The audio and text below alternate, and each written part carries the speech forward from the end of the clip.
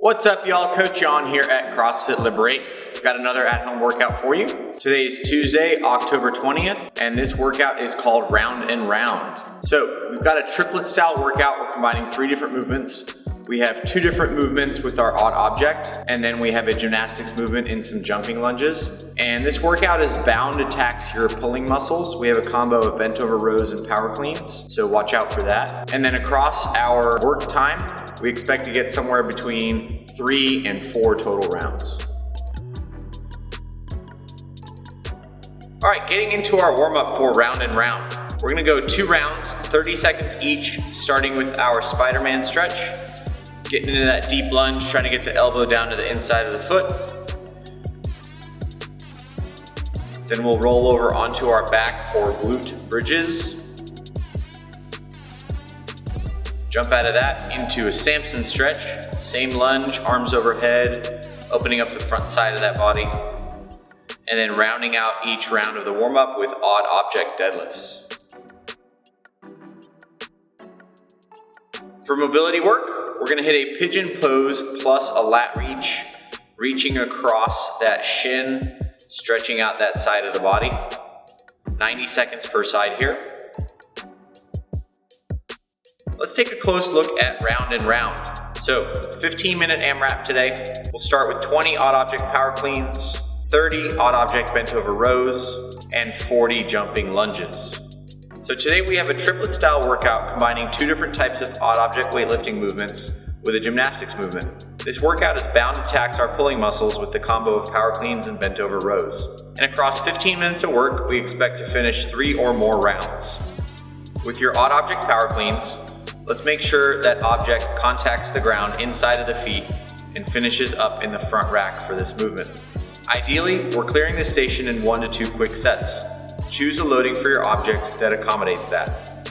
With your odd object bent over rows, this should be a station you can clear in no more than 3 sets with the same weight as the power cleans. You want to adjust reps or choose from a variation listed below to match that recommendation.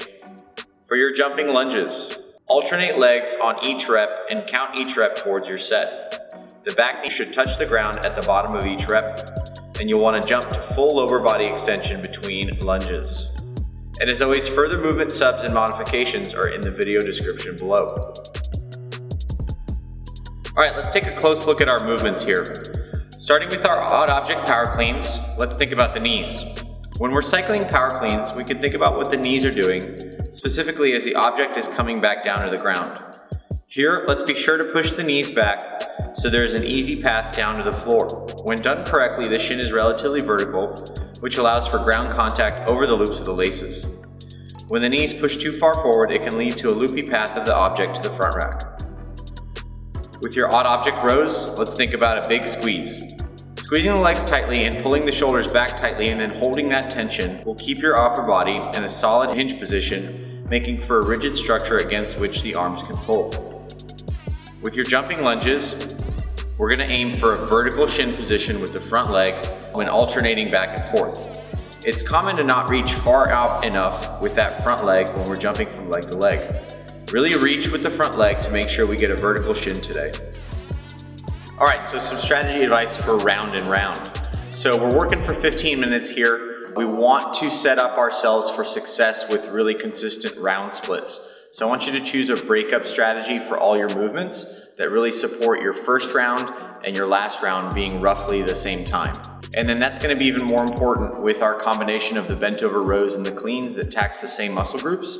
The best you can break those up a little bit more early and a little bit more often will benefit you throughout the duration of this workout. And then with the jumping lunges, let's kind of treat these a little bit like a burpee, just sort of slow and steady progress.